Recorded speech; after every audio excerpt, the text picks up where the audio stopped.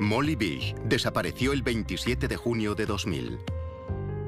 Cuando una persona desaparece sin dejar rastro, la información fundamental suele esconderse en sus actos y palabras de los días previos a su desaparición. El último paradero conocido de Molly puede albergar pistas de lo ocurrido.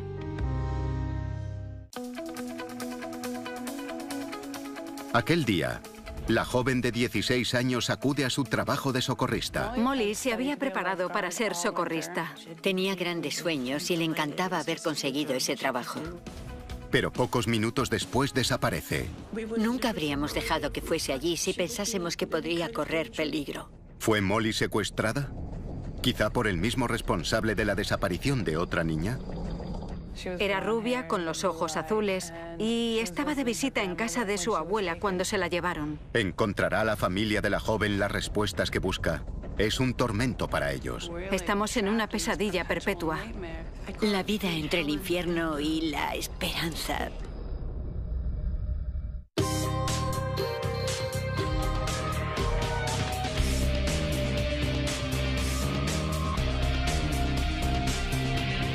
Desaparecidos.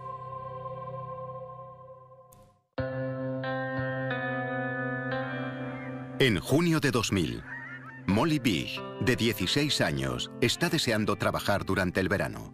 Sustituirá a su hermano mayor como socorrista en su pueblo natal, Warren, Massachusetts. Mi hijo John había trabajado como socorrista 3 años y aceptaron que Molly lo sustituyera si él la entrenaba.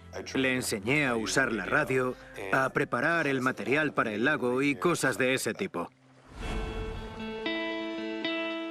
Warren está a 100 kilómetros de Boston. Es un pequeño pueblo donde las puertas no se cierran y los vecinos vigilan a los hijos de los demás. Es un pueblo encantador.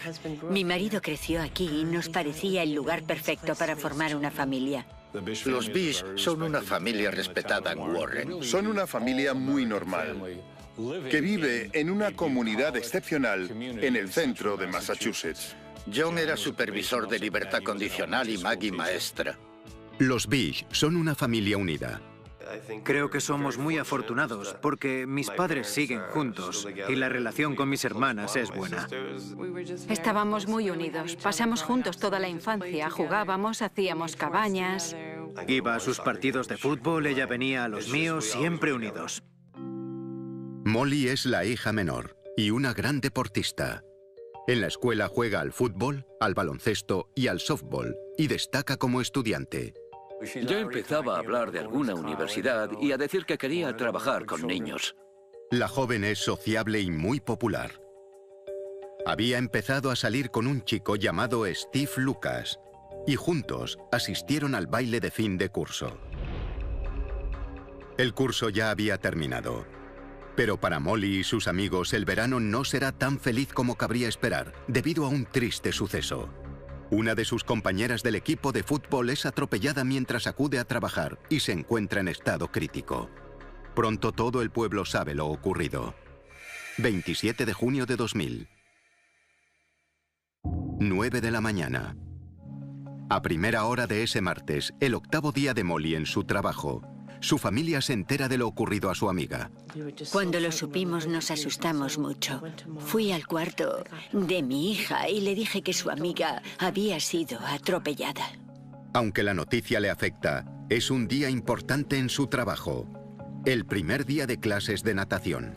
Eso aumenta sus responsabilidades como socorrista. A Molly se le hace tarde y debe darse prisa. Maggie decide acompañarla. Mi hija ya conducía porque aquí puede sacar el carné con 16 años y medio. La joven y su madre se detienen en una tienda para comprar unas botellas de agua. En la grabación de la cámara de seguridad, se las ve comprando y saliendo a las 9:50 de la mañana. Después, conducen hasta la comisaría, donde Molly recoge su radio antes de dirigirse a su trabajo. Cummings es un pequeño lago artificial rodeado de bosques. Es una zona aislada para ir a nadar. Si no sabes dónde está, no llegarás nunca. En la zona del baño del lago no había teléfonos ni otras comunicaciones, solo la radio del socorrista por si surgían emergencias. 10 de la mañana. Maggie y su hija llegan al lago justo a tiempo para empezar su turno. Se giró y me dijo, tengo que irme, te quiero. Pocos minutos después de dejar a su hija, comienzan a llegar los primeros alumnos. El primer padre que llegó al lugar vio que no había ningún socorrista, pero su silla sí que estaba preparada. El silbato estaba enrollado en el reposabrazos y había un par de sandalias en el suelo. Todas sus pertenencias están exactamente donde deben estar. Pero curiosamente, el botiquín aparece abierto. Y ella no está por ninguna parte. Nadie se preguntó por qué no estaba en su puesto en un primer momento. Comienzan las clases de natación y una madre coge el silbato de Molly y la sustituye. La chica tenía 16 años y pensaron que podía haberse ido con amigos. La madre decide informar a Ed Fett, director de parques y jefe de Molly, de que la joven no está y de que ha descuidado su puesto de socorrista. Fett comunica lo sucedido a la policía. El jefe de la joven usa la radio para decirles que no la encuentran por ninguna parte. Llamaron a la comisaría a las 11:44 para comunicar que la socorrista no estaba en su puesto del lago. La policía piensa que ha abandonado su puesto y que está con sus amigos o con su novio. Al principio, hubo quien pensó que Molly se había ido con alguien y que estaba cerca del lago en lugar de estar trabajando. 1 de la tarde. 3 horas después, todavía no ha aparecido por el lago. La policía decide comunicar a sus padres que no ha ido a trabajar. Nos llamaron a la 1 de la tarde. Era el jefe de policía. Me preguntó, ¿dónde está Molly? Le contesté, ¿cómo que dónde está? La dejé ahí. Y me dijo, aquí no está. A continuación, la búsqueda de Molly se pone en marcha y sus familiares entran en pánico. Estábamos aterrorizados. Todo nuestro mundo se vino abajo.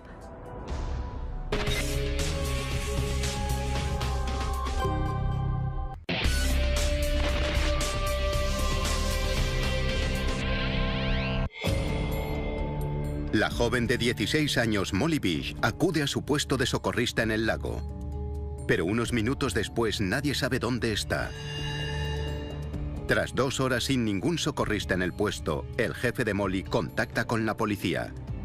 Cuando le preguntan a Maggie por su hija, le sorprende saber que no está trabajando. Algo en mi interior lo supo. Sentí un temor horrible en cuanto recibí la llamada. La madre cuelga a su hija mayor, Heather, para contarle lo ocurrido. Me llamó para decirme que mi hermana no estaba en el lago. Nos parecía rarísimo y pensamos, ¿entonces dónde podrá estar? Era chocante que no estuviera. Nos inquietamos mucho. Mis hijos siempre han sido responsables. Sabíamos que algo iba mal. La madre y la hermana de Molly deciden reunirse en la comisaría para intentar resolver la desaparición. Pero los agentes creen que no hay motivos para preocuparse. En las primeras fases surgieron muchas hipótesis. Pensaban que estaba preocupada porque una amiga suya estaba en el hospital en estado crítico y podía haber ido a visitarla. La familia de Molly comprueba si alguien ha acudido al hospital. Fui a las casas de varios amigos, pero ninguno había hablado con ella y también busqué a su novio. Cuando Heather llega a su casa, Steve acaba de levantarse. Le dice que él tampoco ha hablado con ella, pero no parece preocupado. Los dos acuden al lago para reunirse con la madre de Molly y con la policía. La imagen de las cosas de su hija organizadas en la orilla hace que Maggie pierda los nervios. Vi sus sandalias. ¿Por qué iría con alguien si sus sandalias están aquí y sus amigos también? ¿Dónde está? Estábamos muy confusos. ¿Cómo iba a irse sin calzarse? Maggie le comenta a la policía que abandonar el puesto sin decírselo a nadie no es propio de su hija. Era muy responsable. Nunca habría abandonado su puesto. Era muy consciente de que los niños empezaban sus clases. Seguían pensando que se había ido con sus amigos, pero nada sugería algo así. Jamás pensaría eso, sin coche y en bañador. Nada tenía sentido. La familia Bish se plantea otra duda desconcertante: si la radio del socorrista fue comprobada ese día. Había trabajado allí 3 años y comprobábamos que la radio funcionase siempre. En cuanto organizabas todo y nada más llegar, probabas la radio. Siempre tenías que hacerlo. Socorrista central. Comunicabas por radio con la comisaría. Se supone que en cuanto ha preparado su puesto, ella debe llamar por radio a la comisaría para asegurarse de que hay comunicación por si surge alguna emergencia. Sí, pero no podemos... La policía registra a diario las comunicaciones, pero lo único que consta ese día es la llamada del jefe de Molly casi 2 horas después de su desaparición. Es lo que me preocupa. Si comprobaron la radio, debería haber constancia. Y si no se enteraron de que ningún socorrista había llamado, deberían haber hecho algo mucho antes. La policía local piensa que los Bish pueden tener razón y solicita la ayuda de la policía estatal. La policía de Warren no tenía mucha experiencia en casos de personas desaparecidas. Por eso colaboró en el caso la Policía Estatal de Massachusetts. Todo se puso en marcha a gran velocidad. Había mucho movimiento. Llegaron muchos vehículos de la policía local, de los bomberos, de la policía estatal y también otros expertos de la policía. Había muchos profesionales, pero nadie sabía nada. Los agentes plantean una posibilidad tan preocupante como lógica para la desaparición. Podría haberse ahogado. Eso explicaría por qué sus sandalias seguían allí. Pero nadie de su familia cree que la socorrista se haya ahogado, pues era una buena deportista. Sentía que eso no era posible. Era la mejor nadadora de su clase. Sabía que no estaba en el lago, simplemente lo sentía. Mi hermano estaba tan afectado que se lanzó al agua. Estábamos confusos por lo que sucedía. Aunque John también sabe que su hermana es una gran nadadora, echa a correr hacia el agua. Y fui directamente hacia el lago para buscarla. Y empecé a nadar buscándola.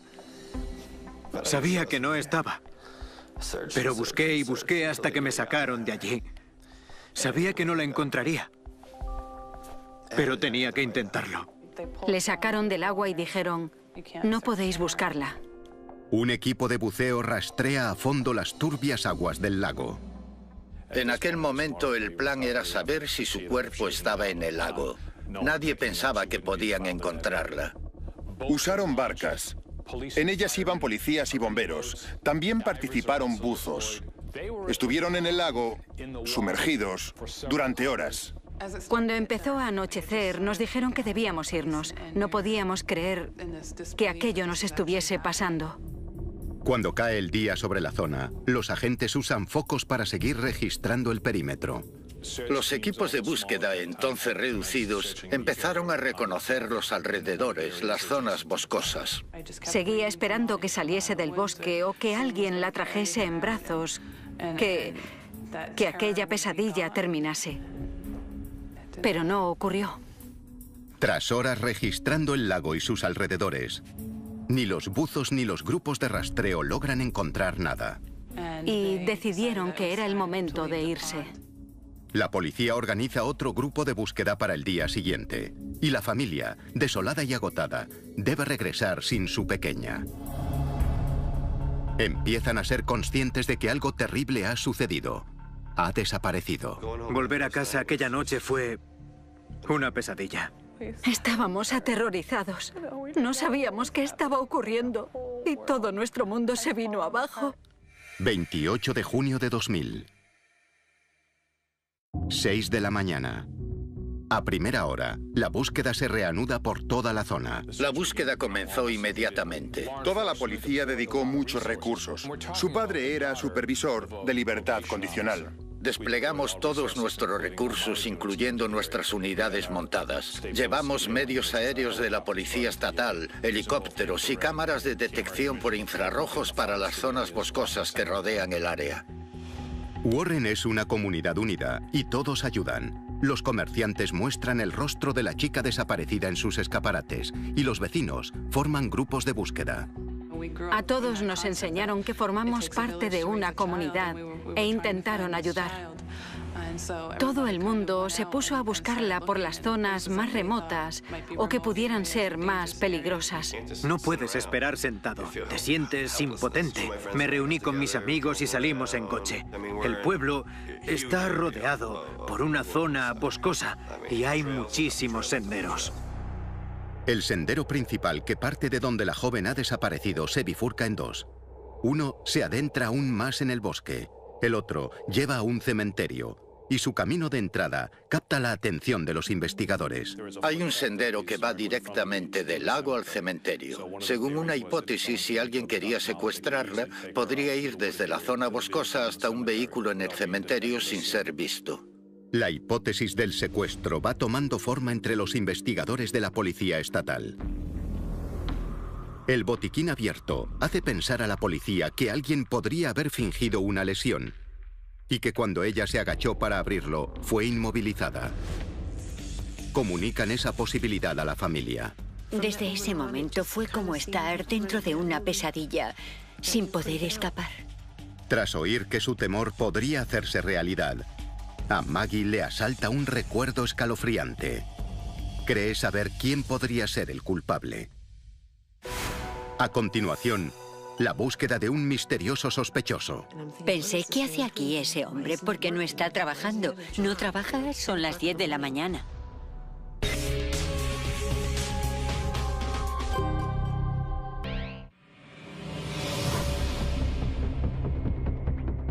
La joven Molly ha desaparecido de su puesto de socorrista en Warren. La policía cree que podría haber sido secuestrada por un depredador sexual. Su madre recuerda haber visto a un hombre sospechoso en el lago el día anterior a la desaparición de su hija. 26 de junio de 2000, 10 de la mañana. Ese día comenzó como otro más para la familia. Madre e hija se dirigen al puesto de trabajo del lago. Molly conducía y yo iba en el otro asiento. Nos detuvimos y recuerdo un coche blanco aparcado. Maggie esperó, mientras su hija salía del vehículo y llegaba a su puesto de trabajo. Pero se percató de que había alguien más observando. Un hombre sospechoso en un coche blanco aparcado. Miré a aquel hombre y fue una de esas sensaciones que notas a veces. Aquella persona parecía estar observando. Y la madre se inquietó. Pensé, ¿qué hace aquí ese hombre? ¿Por qué no está trabajando? ¿No trabajas? Son las 10 de la mañana. Y me dije, me aseguraré de que no pase nada. Así que decidió quedarse con su hija mientras preparaba sus cosas para trabajar. Le dije, es un sitio precioso, pero también que no sabía que había hombres por aquí. Estaba preocupada, pero me dijo, son pescadores, mamá, tranquila, no pasa nada. Después de unos minutos, Maggie volvió al coche. Aquel hombre seguía allí. Lo único que hacía era fumar. No dejaba de mirarme. Presentí algo, me alteré y pensé, no puedo dejar aquí a mi hija. Ella fingió hacer cosas en su vehículo con la esperanza de que aquel hombre la viese ocupada mientras esperaba. Y finalmente, encendió su automóvil y se fue. Por un segundo pensé, no seas así, te preocupas demasiado. Pero ahora se da cuenta de que sus temores podrían ser algo más que una intuición. Su hija ha desaparecido, y aunque no vio a aquel hombre el día en que sucedió, cree que podría estar relacionado. Habla con la policía sobre el misterioso hombre de aquel día. Ella describió a aquel hombre. Unos 50 años, pelo canoso, ojos oscuros, llevaba bigote y fumaba un cigarrillo. Colabora con el dibujante de la policía para obtener un retrato robot. Cuando vi aquel dibujo, me dio miedo aquellos ojos. No recordaba haber visto antes a aquel hombre por el lago. Montaron un control de carretera y buscaron algún vehículo blanco. Otros testigos también habían visto cerca del pueblo a un sospechoso en un coche blanco. Varios trabajadores del cementerio habían visto un automóvil de esas características por allí. Pero nadie aporta más detalles. La policía publica el retrato robot de aquel hombre. Su divulgación es tan amplia que reciben llamadas de todo el país aportando pistas sobre su identidad. La policía comenzó a seguir aquella pista con mucha intensidad. Pero el retrato encajaba con muchas personas, así que surgieron miles de pistas. Incluso nos llamaron para decirnos con el pelo teñido o sin bigote o 10 años más joven. Intentaban relacionar con el retrato a quien consideraban sospechoso. Cada pista que recibe la policía lleva a un nuevo individuo que deben investigar.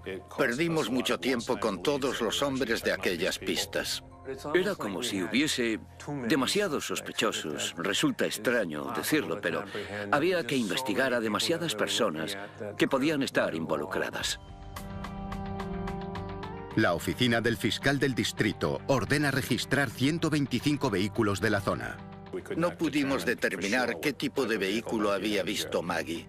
Pero no encuentran ningún vínculo con la desaparición de Molly. Mientras la investigación continúa, la policía revisa alrededor del lago en busca de más pistas. Pero se enfrentan a un gran problema. El lugar ha sido contaminado. Los primeros agentes que llegaron al lugar contaminaron sin querer todas las huellas de calzado existentes que había alrededor de la zona en la que ella había colocado su silla. En aquel momento ya no se podía considerar la escena de un crimen. Todos acudieron para ayudar a intentar encontrarla, pero el sendero que iba al cementerio había sido usado por cientos de personas que habían acudido al lago aquel día. La zona de la orilla está repleta de colillas y huellas dactilares. La silla del socorrista había sido desplazada. La radio la manejaba Ed Fed y en el botiquín había huellas de los primeros agentes que acudieron a la zona. La policía no dispone de pruebas concretas. Y dada la falta de testigos, no pueden descartar ninguna posibilidad, incluyendo la hipótesis de que Molly se hubiese ido voluntariamente. Una de las conjeturas que se manejaban era la opción de que se hubiese escapado de casa. Se recibieron llamadas de todo el país en las que decían haberla visto en un centro comercial. Creo que es fácil creer que una adolescente se ha escapado. Es fácil pensarlo y decir que volverá. Y algunos policías nos lo dijeron porque así debían de creerlo. Para la familia es inconcebible que se haya ido sin avisar. Interiormente nunca lo creí. Simplemente no podía imaginarlo. Creen firmemente que alguien se la llevó contra su voluntad, posiblemente el hombre del coche blanco. Pero si ha sido víctima de un delito, la policía piensa que es posible que conociese a su agresor. Investigamos a muchos de los que la conocían, a muchos vecinos. Ed Fed, el jefe de Molly, fue uno de los primeros en llegar al lago el día que ella desapareció. Había huellas suyas en todas las pertenencias de la joven. La verdad es que no lo conocía. Le llevó a mi hija un catálogo para que viese bañadores y suministros. Eso explica que revisase el botiquín y utilizase su radio para alertar a la policía. Los agentes reconocen que sus huellas podrían no significar nada, pero deciden investigarlo. La mañana de la desaparición, fue a una ferretería cercana. Allí se cruzó con John, el hermano mayor de Molly. Me conoce, sabía que había sido socorrista y que mi hermana también lo era. Fed no menciona que la socorrista no está en su puesto. Y ni siquiera me avisó. No creo que le pareciese grave. Nadie le dio a aquello ninguna importancia. La policía considera ese recado una coartada sobre el paradero de Ed aquella mañana y deciden investigar a otros sospechosos. Se centran en el novio de la chica, Steve Lucas. Investigaron a su novio porque es el procedimiento habitual. La policía investiga a los hombres cercanos a las mujeres que desaparecen. Hacía muy poco que eran novios, solo desde hacía 3 meses. Hacía poco que habían ido al baile de fin de curso. Hay quien piensa que hacían buena pareja, pero otros creen que no encajaban. Era más tranquilo que ella. Él era introvertido y mi hija más sociable. Las vidas de estos jóvenes eran muy distintas. Ella era sociable y practicaba varios deportes y Steve era más casero. Probablemente yo no lo habría elegido, pero por alguna razón a ella le gustaba. Siempre fue agradable y respetuoso, así que no había motivo para no aceptarlo. La policía empezó a investigar al joven como sospechoso. Nada más empezar a investigarle, hubo cosas que me inquietaron, porque no cooperaba con nosotros. Cuando los agentes hablan con él sobre el día de la desaparición, notan que tiene una herida en el rostro. Tenía un labio cortado y le faltaba un aro en la ceja. Nos dijo que al levantarse de la cama había chocado con una puerta y se había hecho daño, pero sus amigos dieron otras explicaciones. Uno nos contó que él había dicho que tenía una calentura en un labio. Las explicaciones del chico sobre su herida no parecen convincentes. Y su comportamiento durante las primeras horas de la desaparición también extraña a la policía. Muchos amigos de la joven pareja estuvieron cerca del lago mientras lo registraban. Participaron para encontrarla y exploraron el bosque. Él no participó en nada. Pero la familia no cree que él tenga ninguna relación con la desaparición. Estuvo allí aquel día, varias horas después. Si un chico de 17 años puede deshacerse de una víctima en 2 horas y después volver para estar en su habitación, es que, sin duda, es un verdadero sociópata. Los familiares y amigos de la desaparecida creen que si ha sido secuestrada, no lo ha cometido un adolescente, sino que ha sido planeado por un depredador. Buscábamos a alguien que conocía el lago y la zona de pesca. Ella llevaba 8 días en su puesto de socorrista, así que debía conocer sus horarios. Creo que de alguna forma mi hija podría habernos dejado alguna pista. Quizá alguien la había visto y se había fijado en sus piernas. Aunque la policía alberga dudas sobre su novio, ninguna prueba sugiere que pueda estar implicado. Le piden que se someta al polígrafo. Según me contaron, los resultados indicaron que él había superado la prueba. Los investigadores deciden centrarse en los delincuentes de la zona. Y resultó que en aquella zona vivía un gran número de delincuentes sexuales. Les piden que proporcionen coartadas.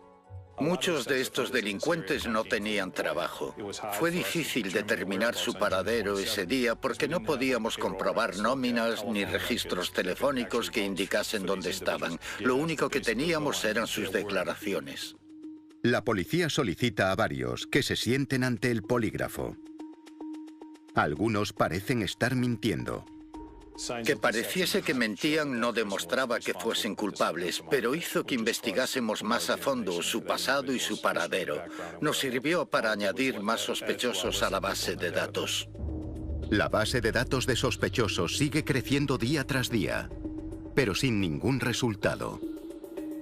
La familia intenta conservar la esperanza. Pese a la abundancia de pruebas del caso, se convierte en una de las desapariciones más enigmáticas que hayan investigado los policías. Parece que la joven de 16 años ha desaparecido sin dejar rastro o ha sido víctima de un crimen. Los policías estatales prácticamente trabajábamos sin descanso. Volvíamos a casa, nos duchábamos, nos cambiábamos y volvíamos para continuar la investigación. La comisaría de Warren se convierte en el centro de la investigación. Los policías estatales prácticamente viven allí. Y a medida que pasan los meses, la familia intenta recuperar algo parecido a una vida normal. Intentas volver a tener una vida normal, pero sabes que nunca volverá a serlo. Fue duro. Estamos atrapados en una perpetua pesadilla. Y es algo como irreal, como si tu cerebro te llevase a un lugar distinto para poder sobrevivir.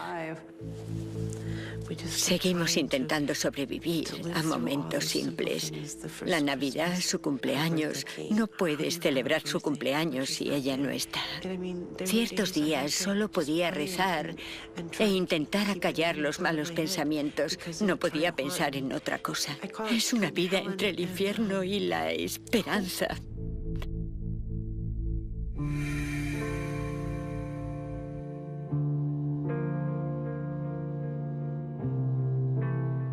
Se marcharon y pensamos, ¿y ahora qué hacemos? Y el número de llamadas se redujo. Aunque la investigación continúa, la familia debe vivir durante años sin encontrar respuestas. Durante esos años investigamos otras opciones, por ejemplo, el trabajo de John y también a algunas de las personas con las que había trabajado. Revisan los casos que ha llevado el padre de Molly, por si alguien hubiese querido vengarse de él. La mayoría de los que lo conocían como supervisor de libertad condicional solo nos dijeron cosas positivas, que era muy atento, muy generoso y muy afable en su trato con todo el mundo. Mayo de 2003. Sede de la Policía Estatal de Massachusetts. Primavera de 2003. Han pasado casi 3 años desde que Molly desapareció de su puesto de socorrista. La policía sigue recibiendo pistas procedentes de todo el país. Y una de ellas les parece prometedora. Según 2 pistas sin relación entre sí, había sido vista en Miami. 2 testigos no relacionados ofrecen pistas a la policía estatal. Los 2 sitúan a Molly en Miami. Descubrimos que vivían a una manzana el uno del otro. Fue una importante pista para nosotros y nos preparamos para enviar a 2 agentes a la zona. Mientras, la obsesión de un hombre por un caso similar proporciona una pista aún más importante sobre la desaparición. 7 años antes de la desaparición de Molly, le había ocurrido lo mismo a otra joven de un pueblo cercano. Holly Preyren era una niña que había desaparecido en 1993, cerca de Warren. Era rubia, con ojos azules, y pasaba unos días con su abuela cuando la secuestraron. Holly iba con su hermano pequeño por la carretera para ver unos cachorros. Pero aquel día, el hermano de la pequeña volvió solo. La única pista que indicó a la policía que había sido secuestrada fue encontrar sus zapatos junto a la carretera. Era horrible. ¿Cómo había ocurrido? Todos estábamos aterrorizados. Nadie sabía nada. Entonces, Molly tenía 10 años. Era de la misma edad que Holly. Supo del secuestro mientras oía misa un domingo. El sacerdote nos sugirió que escribiésemos a su familia y rezásemos. Mi hermana les escribió una carta y les decía que esperaba que su pequeña volviese a casa, lo mucho que le importaba y que era una niña preciosa. Algún tiempo después, unos cazadores encontraron los restos de la pequeña en un bosque cerca de donde había desaparecido, pero nunca dieron con su asesino. 16 de mayo de 2003. Warren, Massachusetts. Ese día, 7 años después del asesinato de Holly, llega a Warren un policía retirado que había trabajado en el caso. Cree que los casos de las 2 niñas podrían estar relacionados. Pensamos que los casos de las 2 chicas estaban relacionados porque las 2 eran rubias y tenían los ojos azules y porque las secuestraron en zonas remotas. Los 2 casos habían ocurrido a poca distancia. Era muy posible que estuvieran relacionados. Era un poco raro que se hubiesen cometido 2 secuestros tan cerca. Los restos de la niña habían sido encontrados por cazadores, así que el ex policía habla con ellos. Dijo que estaba hablando con personas que frecuentaban los bosques. Un cazador de la zona le dice que recuerda haber visto algo sospechoso hacía unos meses, pero que entonces no le dio importancia. Les dijo, tenéis que llevarme, tengo que verlo. Podría ser Molly. Fueron a comprobarlo y descubrieron que era cierto. Lo que encuentran es un trozo de tela que puede pertenecer a un bañador azul. Es del mismo color que el bañador que Molly llevaba el día que desapareció. A continuación, mientras la familia espera ansiosamente respuestas, Solo necesitamos un dato, solo una pista. la investigación sigue adelante con un nuevo sospechoso. Su familia tenía un coche blanco cuando ella desapareció. Vivía en la calle de Holly y pescaba en el lago.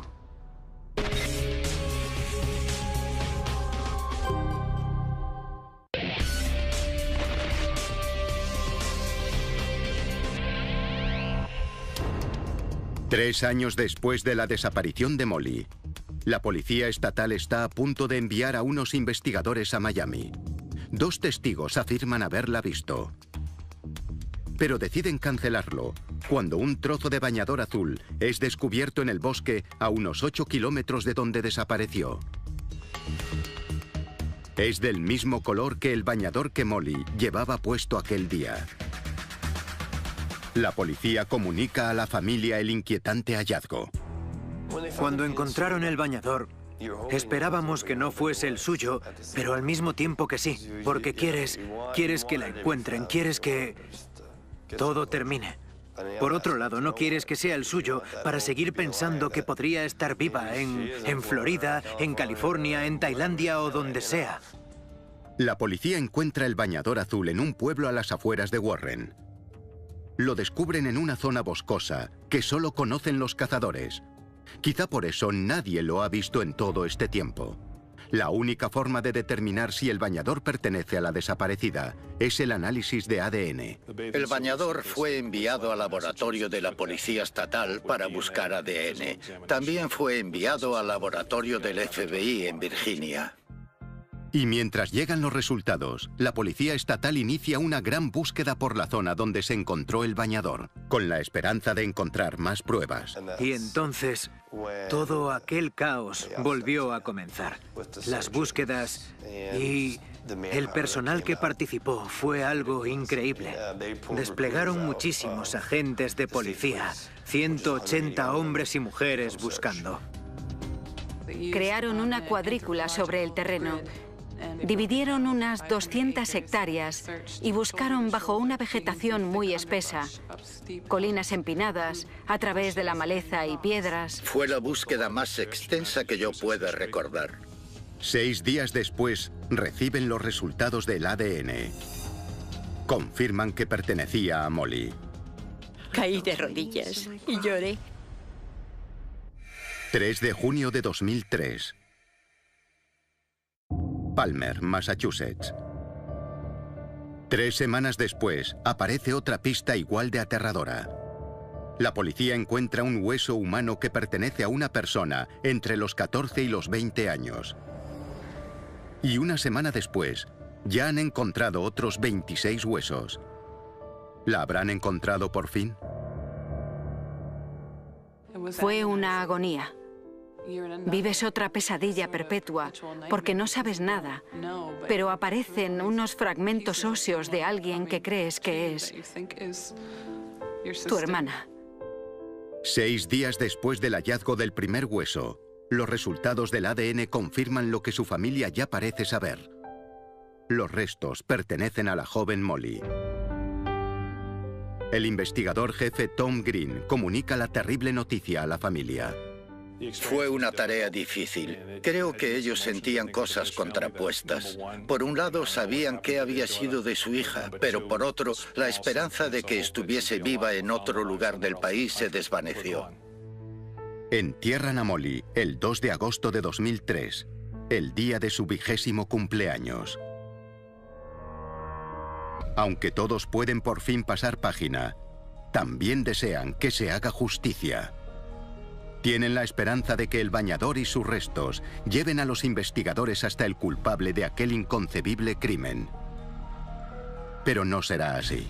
El ADN que encontraron en el bañador y en los restos óseos pertenecía a la joven. Nada apuntaba hacia otro sospechoso. Como en el caso de Holly 10 años antes, los investigadores están en un punto muerto sin ninguna pista que seguir. Solo necesitamos un dato, solo una pista. Creemos que le debemos a la pequeña encontrar a quien lo hizo. El perfil del secuestrador es un varón, blanco, entre los 18 y los 50 años, que conoce la zona. Es un pescador o un cazador y ha cometido actos violentos contra mujeres. Pero la policía parece incapaz de encontrarlo. Los familiares contratan al detective privado Tom Shamshak para que emprenda su propia investigación. Fue jefe de policía en otro pueblo y es amigo de la familia desde hace años. En 2008, Steve, el novio de Molly, fallece en un accidente, sin saber quién asesinó a su novia 8 años antes. Ese mismo año surge un nuevo sospechoso. Febrero de 2008. Marion County, Florida. Un hombre llamado Rodney Stanger es detenido en Florida por el asesinato de su pareja.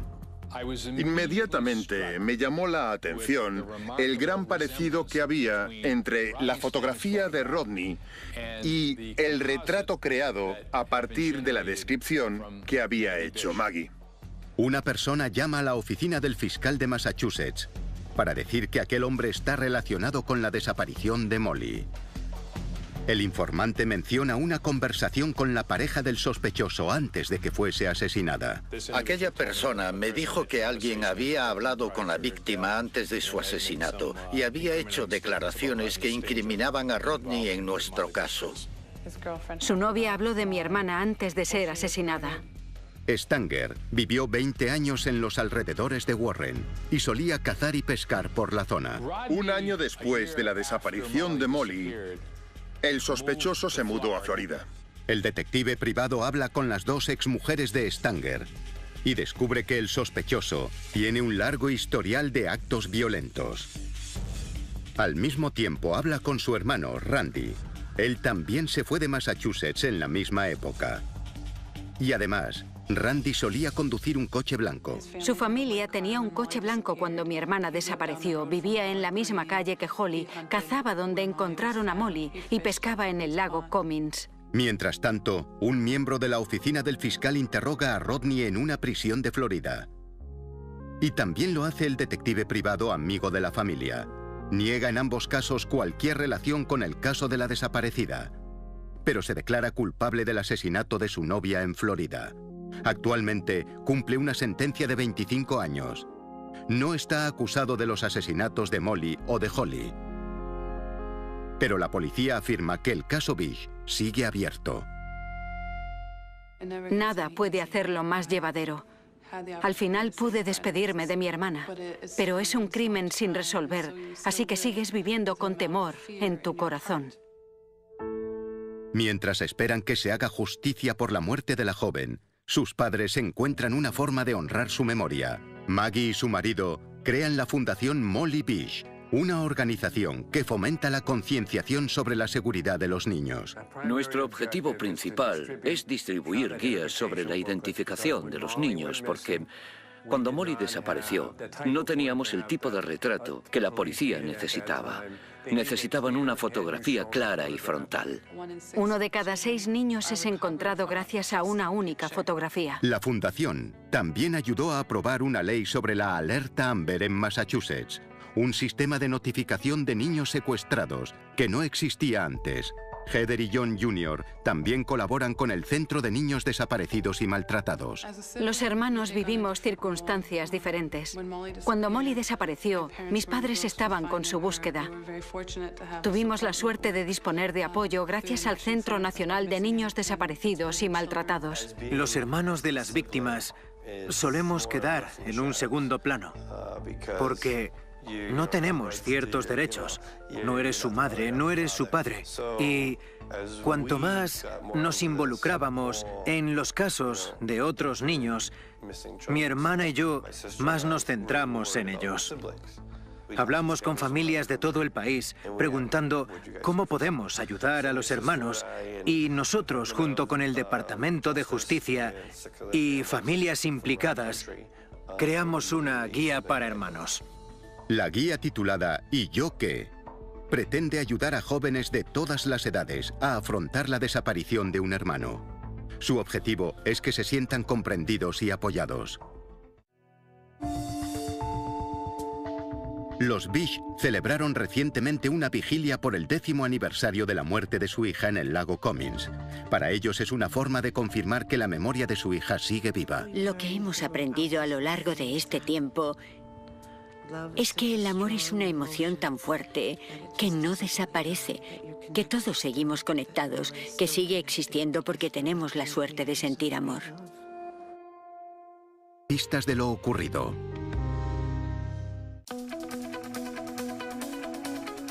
Aquel día, la joven de 16 años acude a su trabajo de socorrista. Molly se había preparado para ser socorrista. Tenía grandes sueños y le encantaba haber conseguido ese trabajo. Pero pocos minutos después desaparece. Nunca habríamos dejado que fuese allí si pensásemos que podría correr peligro. ¿Fue Molly secuestrada? ¿Quizá por el mismo responsable de la desaparición de otra niña? Era rubia, con los ojos azules, y estaba de visita en casa de su abuela cuando se la llevaron. ¿Encontrará la familia de la joven las respuestas que busca? Es un tormento para ellos. Estamos en una pesadilla perpetua. La vida entre el infierno y la esperanza.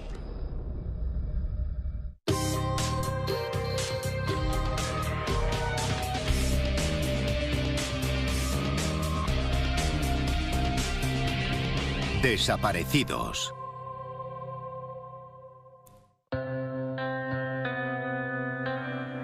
En junio de 2000, Molly Beach, de 16 años, está deseando trabajar durante el verano.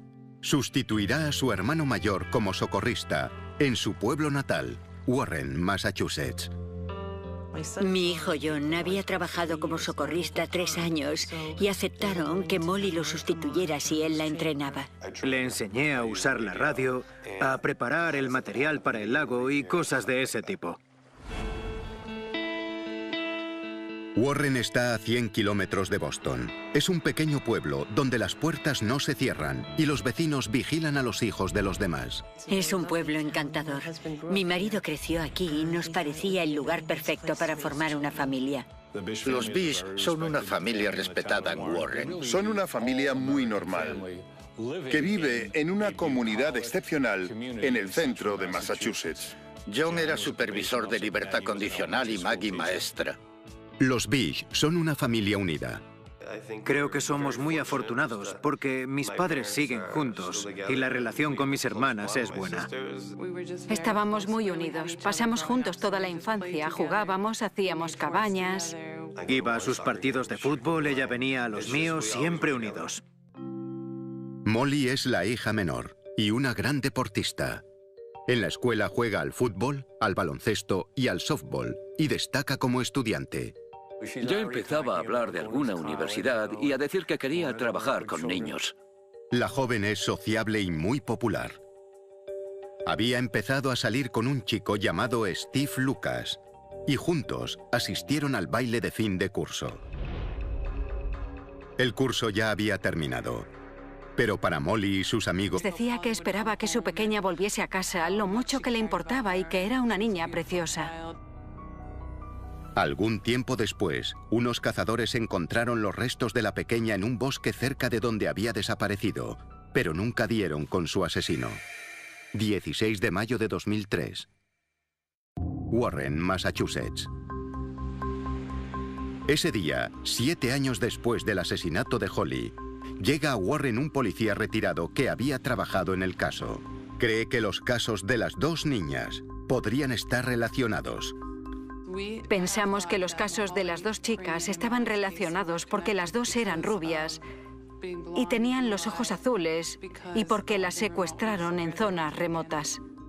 Los 2 casos habían ocurrido a poca distancia. Era muy posible que estuvieran relacionados. Era un poco raro que se hubiesen cometido 2 secuestros tan cerca. Los restos de la niña habían sido encontrados por cazadores, así que el ex policía habla con ellos. Dijo que estaba hablando con personas que frecuentaban los bosques. Un cazador de la zona le dice que recuerda haber visto algo sospechoso hacía unos meses, pero que entonces no le dio importancia. Les dijo, tenéis que llevarme, tengo que verlo. Podría ser Molly. Fueron a comprobarlo y descubrieron que era cierto. Lo que encuentran es un trozo de tela que puede pertenecer a un bañador azul. Es del mismo color que el bañador que Molly llevaba el día que desapareció. A continuación, mientras la familia espera ansiosamente respuestas, Solo necesitamos un dato, solo una pista. la investigación sigue adelante con un nuevo sospechoso. Su familia tenía un coche blanco cuando ella desapareció. Vivía en la calle de Holly y pescaba en el lago.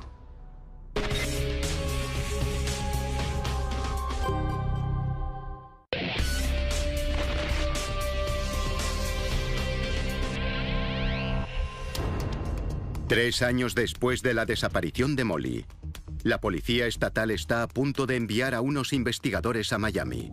2 testigos afirman haberla visto. pero deciden cancelarlo cuando un trozo de bañador azul es descubierto en el bosque a unos 8 kilómetros de donde desapareció. Es del mismo color que el bañador que Molly llevaba puesto aquel día. La policía comunica a la familia el inquietante hallazgo. Cuando encontraron el bañador, esperábamos que no fuese el suyo, pero al mismo tiempo que sí, porque quieres que la encuentren, quieres que todo termine. Por otro lado, no quieres que sea el suyo para seguir pensando que podría estar viva en Florida, en California, en Tailandia o donde sea. Su hija ha desaparecido, y aunque no vio a aquel hombre el día en que sucedió, cree que podría estar relacionado. Habla con la policía sobre el misterioso hombre de aquel día. Ella describió a aquel hombre. Unos 50 años, pelo canoso, ojos oscuros, llevaba bigote y fumaba un cigarrillo. Colabora con el dibujante de la policía para obtener un retrato robot. Cuando vi aquel dibujo, me dio miedo aquellos ojos. No recordaba haber visto antes a aquel hombre por el lago. Montaron un control de carretera y buscaron algún vehículo blanco. Otros testigos también habían visto cerca del pueblo a un sospechoso en un coche blanco. Varios trabajadores del cementerio habían visto un automóvil de esas características por allí. Pero nadie aporta más detalles. La policía publica el retrato robot de aquel hombre. Su divulgación es tan amplia que reciben llamadas de todo el país aportando pistas sobre su identidad. La policía comenzó a seguir aquella pista con mucha intensidad. Pero el retrato encajaba con muchas personas, así que surgieron miles de pistas. Incluso nos llamaron para decirnos con el pelo teñido o sin bigote o 10 años más joven. Intentaban relacionar con el retrato a quien consideraban sospechoso. Cada pista que recibe la policía lleva a un nuevo individuo que deben investigar. Perdimos mucho tiempo con todos los hombres de aquellas pistas. Era como si hubiese demasiados sospechosos. Resulta extraño decirlo, pero había que investigar a demasiadas personas que podían estar involucradas. La oficina del fiscal del distrito ordena registrar 125 vehículos de la zona. No pudimos determinar qué tipo de vehículo había visto Maggie. Pero no encuentran ningún vínculo con la desaparición de Molly. Mientras la investigación continúa, la policía revisa alrededor del lago en busca de más pistas. Pero se enfrentan a un gran problema. El lugar ha sido contaminado. Los primeros agentes que llegaron al lugar contaminaron sin querer todas las huellas de calzado existentes que había alrededor de la zona en la que ella había colocado su silla. En aquel momento ya no se podía considerar la escena de un crimen. Todos acudieron para ayudar a intentar encontrarla, pero el sendero que iba al cementerio había sido usado por cientos de personas que habían acudido al lago aquel día. La zona de la orilla está repleta de colillas y huellas dactilares.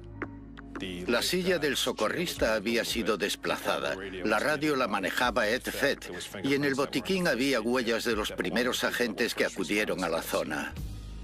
La policía no dispone de pruebas concretas. Se centran en el novio de la chica, Steve Lucas.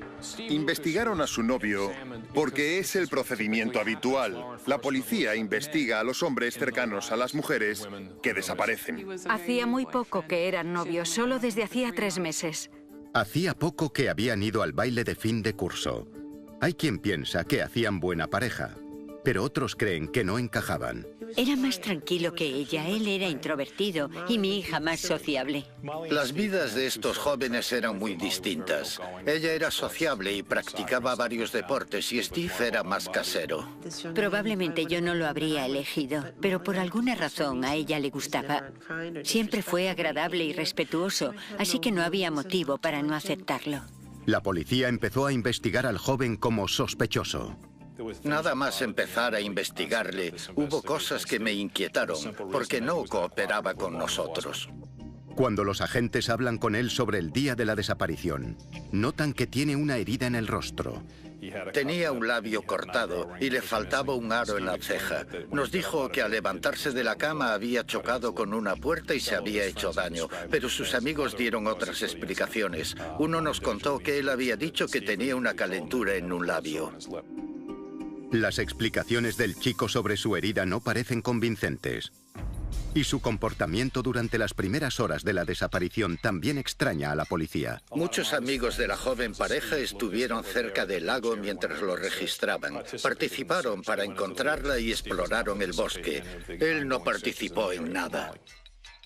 Pero la familia no cree que él tenga ninguna relación con la desaparición. Estuvo allí aquel día, varias horas después.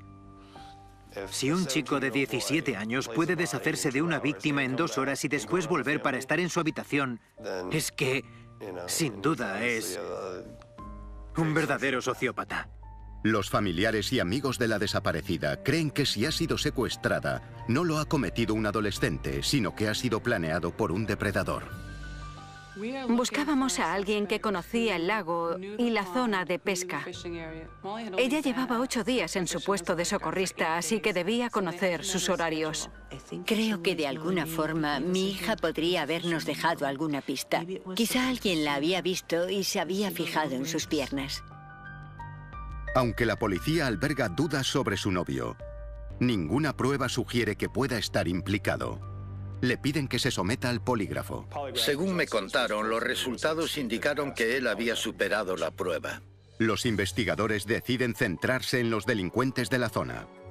Y resultó que en aquella zona vivía un gran número de delincuentes sexuales. Infrarrojos para las zonas boscosas que rodean el área. Warren es una comunidad unida y todos ayudan. Los comerciantes muestran el rostro de la chica desaparecida en sus escaparates y los vecinos forman grupos de búsqueda. A todos nos enseñaron que formamos parte de una comunidad e intentaron ayudar. Todo el mundo se puso a buscarla por las zonas más remotas o que pudieran ser más peligrosas. No puedes esperar sentado. Te sientes impotente. Me reuní con mis amigos y salimos en coche. El pueblo está rodeado por una zona boscosa y hay muchísimos senderos. El sendero principal que parte de donde la joven ha desaparecido se bifurca en 2. Uno se adentra aún más en el bosque. El otro lleva a un cementerio. Y su camino de entrada capta la atención de los investigadores. Hay un sendero que va directamente del lago al cementerio. Según una hipótesis, si alguien quería secuestrarla, podría ir desde la zona boscosa hasta un vehículo en el cementerio sin ser visto. La hipótesis del secuestro va tomando forma entre los investigadores de la policía estatal. El botiquín abierto hace pensar a la policía que alguien podría haber fingido una lesión y que cuando ella se agachó para abrirlo, fue inmovilizada. Comunican esa posibilidad a la familia. Desde ese momento fue como estar dentro de una pesadilla, sin poder escapar. Tras oír que su temor podría hacerse realidad, a Maggie le asalta un recuerdo escalofriante. Cree saber quién podría ser el culpable. A continuación, la búsqueda de un misterioso sospechoso. Pensé, ¿qué hace aquí ese hombre? Porque no está trabajando. ¿No trabaja? Son las 10 de la mañana.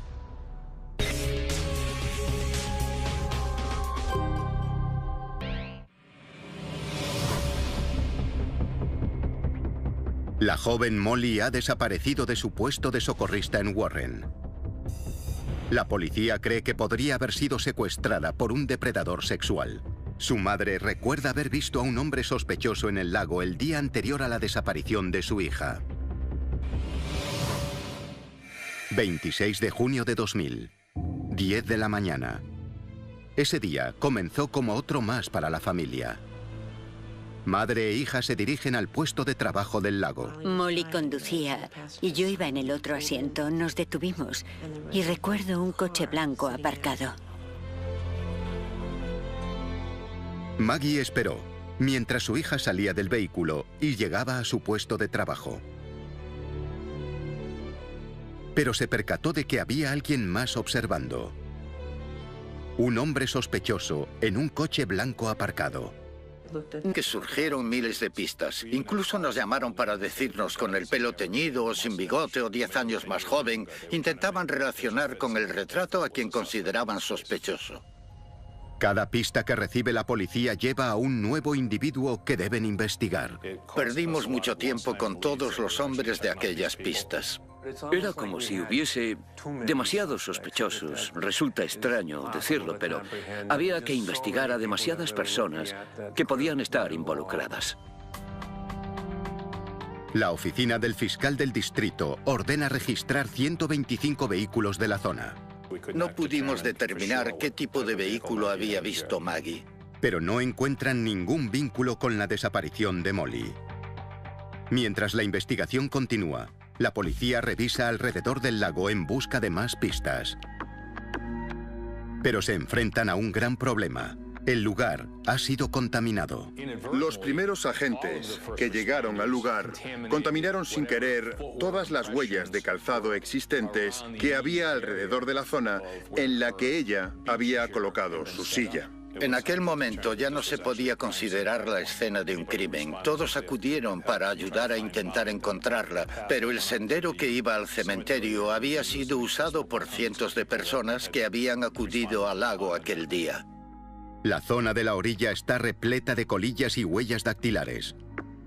La silla del socorrista había sido desplazada. La radio la manejaba Ed Fed y en el botiquín había huellas de los primeros agentes que acudieron a la zona. La policía no dispone de pruebas concretas. Y dada la falta de testigos, no pueden descartar ninguna posibilidad, incluyendo la hipótesis de que Molly se hubiese ido voluntariamente. Una de las conjeturas que se manejaban era la opción de que se hubiese escapado de casa. Se recibieron llamadas de todo el país en las que decían haberla visto en un centro comercial. Creo que es fácil creer que una adolescente se ha escapado. Es fácil pensarlo y decir que volverá. Y algunos policías nos lo dijeron porque así debían de creerlo. Para la familia es inconcebible que se haya ido sin avisar. Interiormente nunca lo creí. Simplemente no podía imaginarlo. Creen firmemente que alguien se la llevó contra su voluntad, posiblemente el hombre del coche blanco. Pero si ha sido víctima de un delito, la policía piensa que es posible que conociese a su agresor. Investigamos a muchos de los que la conocían, a muchos vecinos. Ed Fed, el jefe de Molly, fue uno de los primeros en llegar al lago el día que ella desapareció. Había huellas suyas en todas las pertenencias de la joven. La verdad es que no lo conocía. Le llevó a mi hija un catálogo para que viese bañadores y suministros. Eso es donde Molly le había ocurrido lo mismo a otra joven de un pueblo cercano. Holly Preiren era una niña que había desaparecido en 1993, cerca de Warren.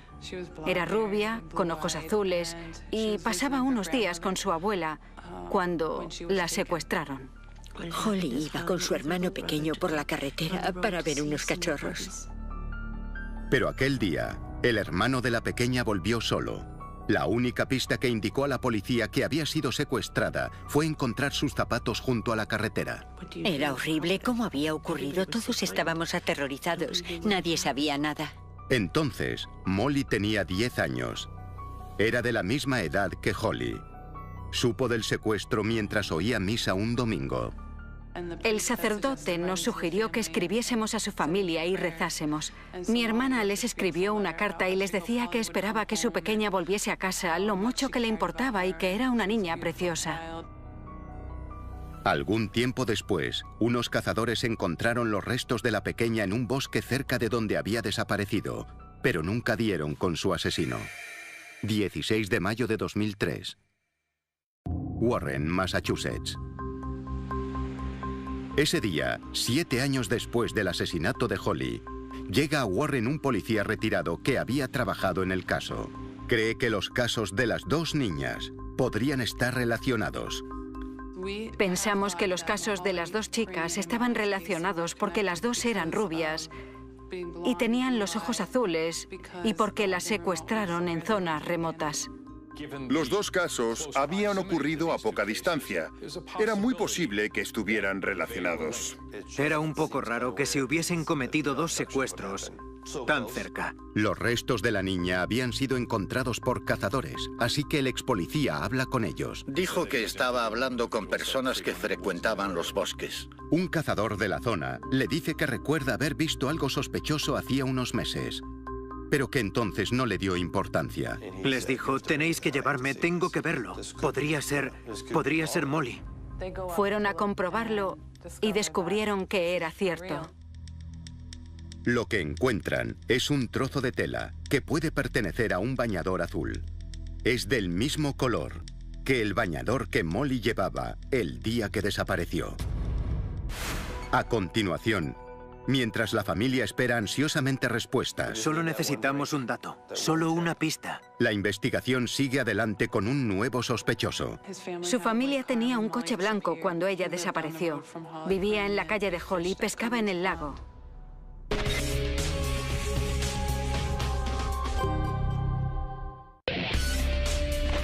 El sospechoso se mudó a Florida. El detective privado habla con las dos exmujeres de Stanger y descubre que el sospechoso tiene un largo historial de actos violentos. Al mismo tiempo habla con su hermano, Randy. Él también se fue de Massachusetts en la misma época. Y además, Randy solía conducir un coche blanco. Su familia tenía un coche blanco cuando mi hermana desapareció. Vivía en la misma calle que Holly, cazaba donde encontraron a Molly y pescaba en el lago Cummins. Mientras tanto, un miembro de la oficina del fiscal interroga a Rodney en una prisión de Florida. Y también lo hace el detective privado amigo de la familia.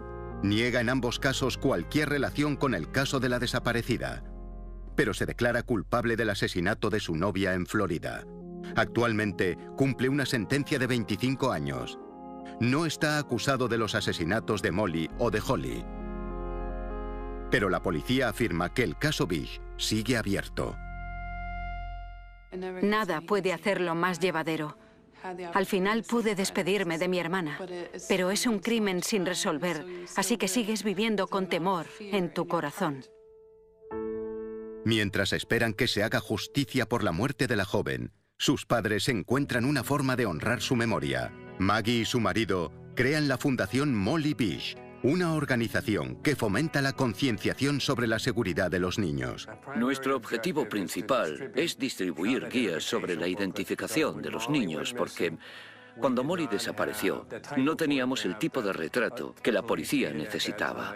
Necesitaban una fotografía clara y frontal. 1 de cada 6 niños es encontrado gracias a una única fotografía. La fundación también ayudó a aprobar una ley sobre la alerta Amber en Massachusetts, un sistema de notificación de niños secuestrados que no existía antes. Heather y John Jr. también colaboran con el Centro de Niños Desaparecidos y Maltratados. Los hermanos vivimos circunstancias diferentes. Cuando Molly desapareció, mis padres estaban con su búsqueda. Tuvimos la suerte de disponer de apoyo gracias al Centro Nacional de Niños Desaparecidos y Maltratados. Los hermanos de las víctimas solemos quedar en un segundo plano, porque no tenemos ciertos derechos. No eres su madre, no eres su padre. Y cuanto más nos involucrábamos en los casos de otros niños, mi hermana y yo más nos centramos en ellos.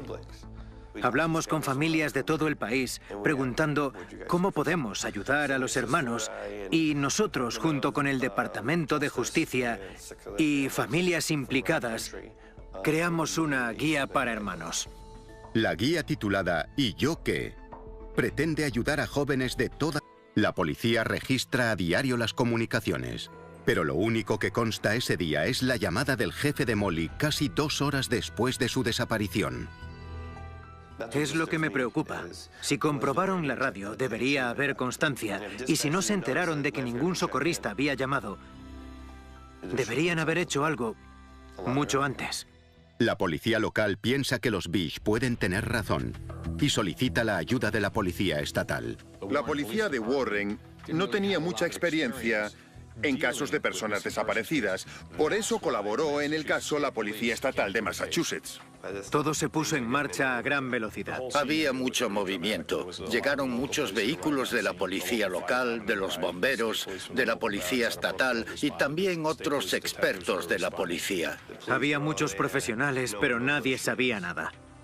Los agentes plantean una posibilidad tan preocupante como lógica para la desaparición. Podría haberse ahogado. Eso explicaría por qué sus sandalias seguían allí. Pero nadie de su familia cree que la socorrista se haya ahogado, pues era una buena deportista.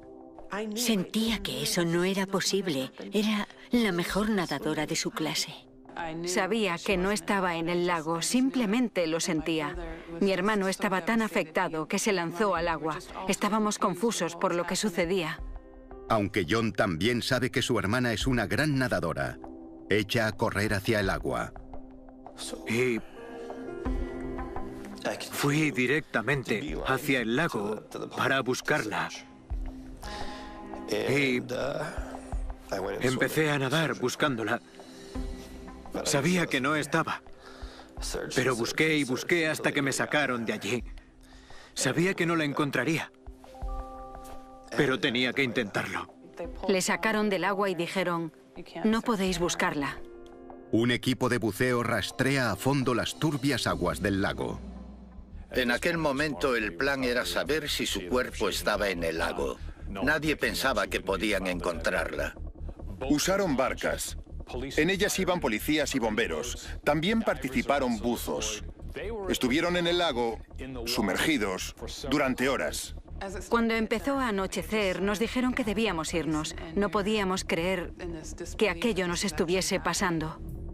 Cuando cae el día sobre la zona, los agentes usan focos para seguir registrando el perímetro.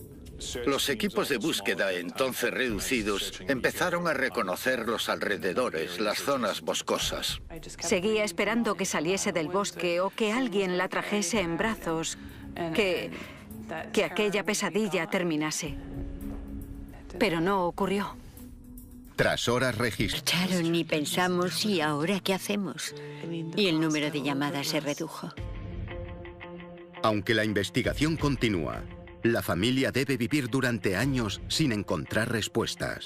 Durante esos años investigamos otras opciones, por ejemplo, el trabajo de John y también a algunas de las personas con las que había trabajado. Revisan los casos que ha llevado el padre de Molly, por si alguien hubiese querido vengarse de él.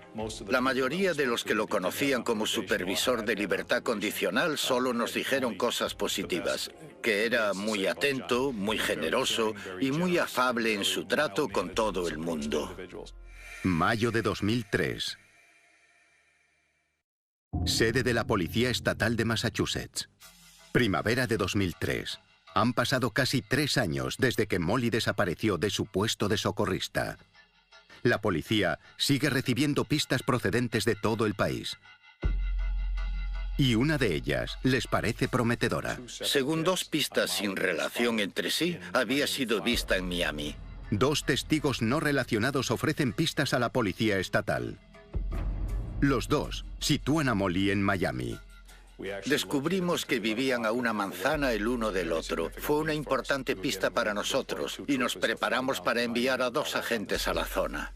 Mientras, la obsesión de un hombre por un caso similar proporciona una pista aún más importante sobre la desaparición. 7 años antes de la desaparición de Molly, le había ocurrido lo mismo a otra joven de un pueblo cercano. Holly Preiren era una niña que había desaparecido en 1993, cerca de Warren. Era rubia, con ojos azules, y pasaba unos días con su abuela cuando la secuestraron. Holly iba con su hermano pequeño por la carretera para ver unos cachorros. Pero aquel día, el hermano de la pequeña volvió solo. La única pista que indicó a la policía que había sido secuestrada fue encontrar sus zapatos junto a la carretera. Era horrible. ¿Cómo había ocurrido? Todos estábamos aterrorizados. Nadie sabía nada. Entonces, Molly tenía 10 años. Era de la misma edad que Holly. Supo del secuestro mientras oía misa un domingo. El sacerdote nos sugirió que escribiésemos a su familia y rezásemos. Mi hermana les escribió una carta y les decía que esperaba que su pequeña volviese a casa, lo mucho que le importaba y que era una niña preciosa. Algún tiempo después, unos cazadores encontraron los restos de la pequeña en un bosque cerca de donde había desaparecido, pero nunca dieron con su asesino. 16 de mayo de 2003. Warren, Massachusetts. Ese día, 7 años después del asesinato de Holly,